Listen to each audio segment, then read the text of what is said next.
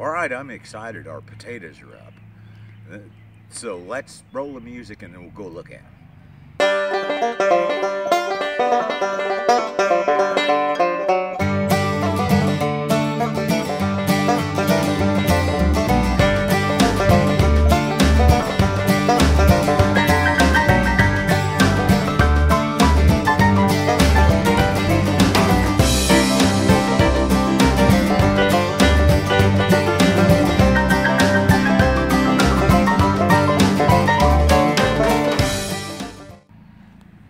Here they are.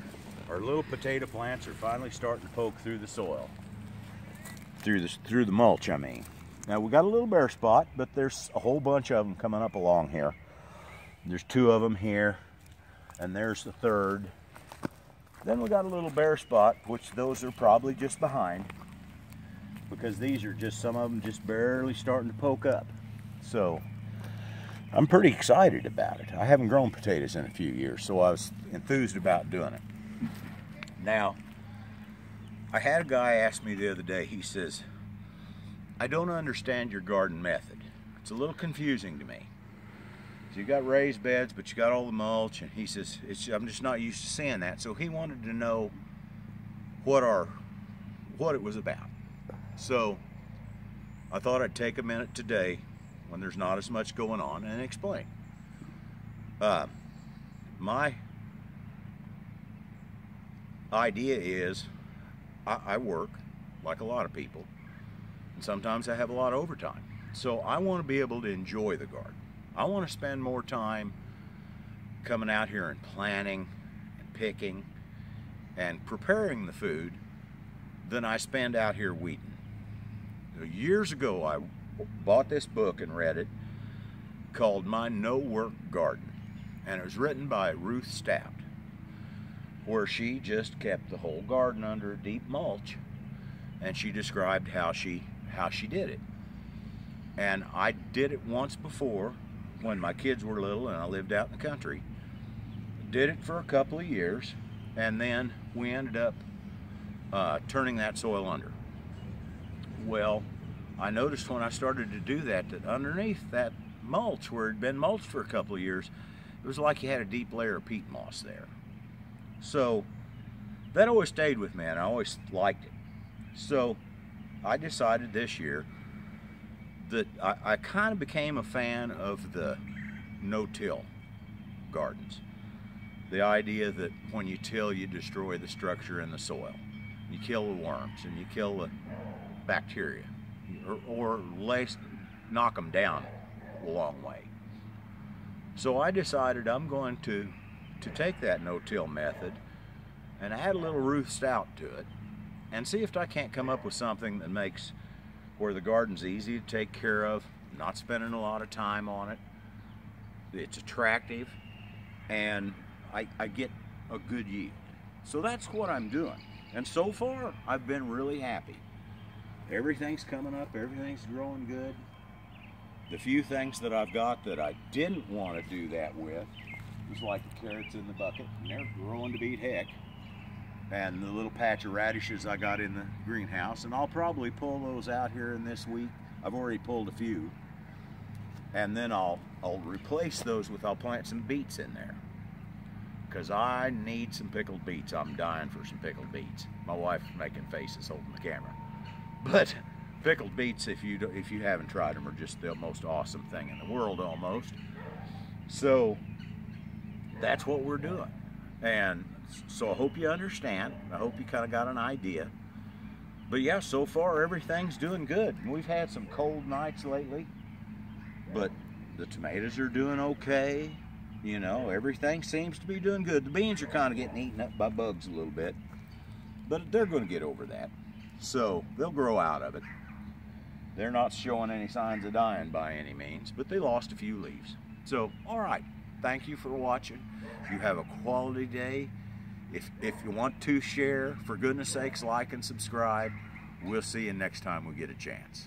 All right, that last bit was filmed last week. We did a little extra filming in case we didn't get around to it this weekend and we'd have something still to put out. But I wanted to show you the potatoes did all come up. A couple of them are still a little tiny, just barely sticking out. but they all came up, no bare patches, and you can probably tell they're probably a little bigger than what they were in that last video clip. I put in the wife's strawberries this morning, or yesterday. They're perking along. Not impressive, but I think they're going to make it and get her a strawberry bed going. I did put out some melons in my back bed, some melon plants. You probably can't see them from here, but they're there. I put out sugar baby watermelons and some cantaloupe vines. Now, I also put a few more marigolds along the edge of this bed just to make sure. The last thing I have to go in the garden is the squash. They're still in the greenhouse, but they're perking along real good now. So probably before next weekend, I'll get them put out. Now, seeing as I've added to that, one thing I always do is after these things have been downloaded and been edited, I watch it. And I always notice the oops first, the things I messed up on. Give you a good instance. When I was showing you my peppers in my greenhouse, I didn't complete the thought. I'm going to leave them in the greenhouse because it's warmer in the greenhouse and it's kind of muggy. And maybe that'll get them to produce a little quicker than if I put them outside. In that same video, I showed you the blackberries.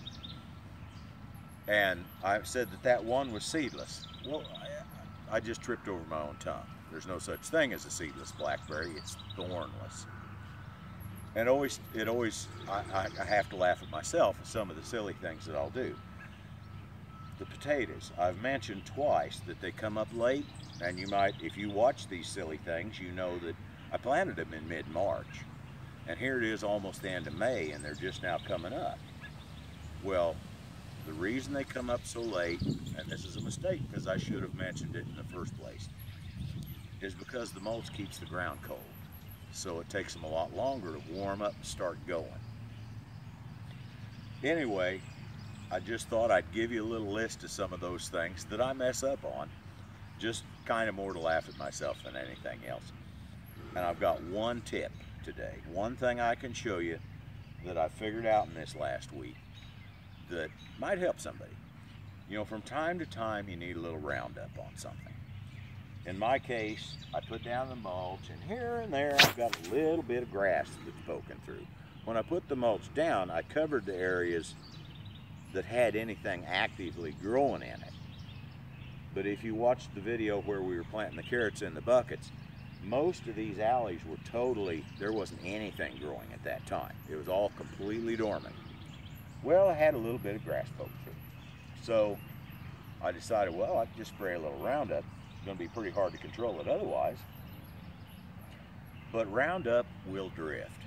I've had my mower guy come in and spray clear up around the front, up around by the street, and had stuff drift back and get stuff in my garden. So I didn't want to spray it, and I spent a little time thinking about it, and I finally come up with the idea that I'd just mix a little up in a jar, and I've got the jar, and just daub it on. So I bought a little foam sponge. Now, I've done that, and you probably can't see, but there's a little grass here, but you can see it's turning brown. It works, and it's rained on it twice since I put this stuff on. So, by gosh, this is going to be a solution. Now, there's probably a better application method, and if you can think of one, boy, let me know. Leave me a comment. Because this is something, once in a while, you kind of need a little, but you don't want it drifting around and killing things you don't want it to kill. All right, well, I hope you enjoyed part of this anyway. I enjoyed making it, so I want you all to have a quality